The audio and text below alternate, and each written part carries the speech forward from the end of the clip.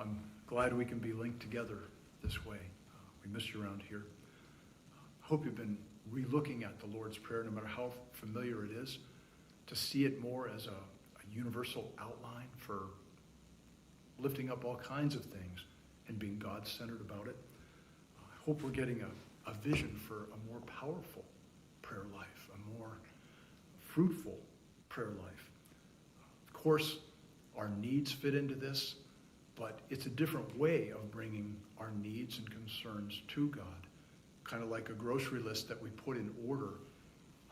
This Christ-directed prayer is going to put our prayers in new order.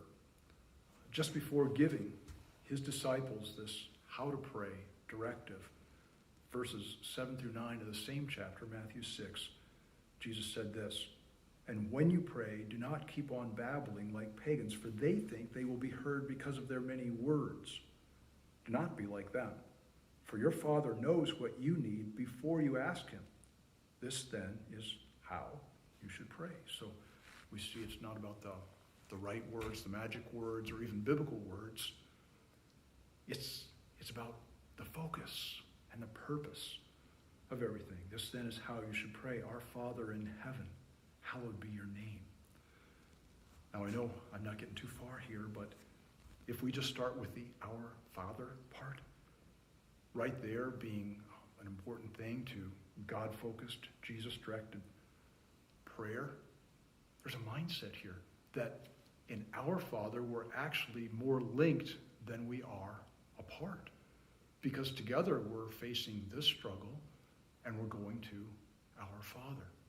And if you're new and you're not a part of this wonderful church family, we're just open-armed. And please don't think that the things that I'm saying only apply to this church family or to those especially godly Christians you know. If Jesus is your hope, your righteousness, 2 Corinthians 5:21 says, God made him who knew no sin to be sin for us, that we might become the righteousness of God in him. That's our only righteousness. And if you know that, your righteousness just won't cut it, and he is your righteousness, you're with us.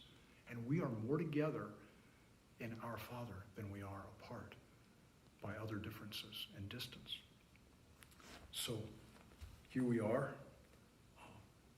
realizing that our Father is the ideal Father. Some of us didn't have good dad experiences. Some of us have child wounds, but this is the ideal Father, the one who truly loves us, the one who truly is knowing us and took time. He made us, so he knows us perfectly, and he knows our needs, and he knows what we best need to fulfill our God-given purpose.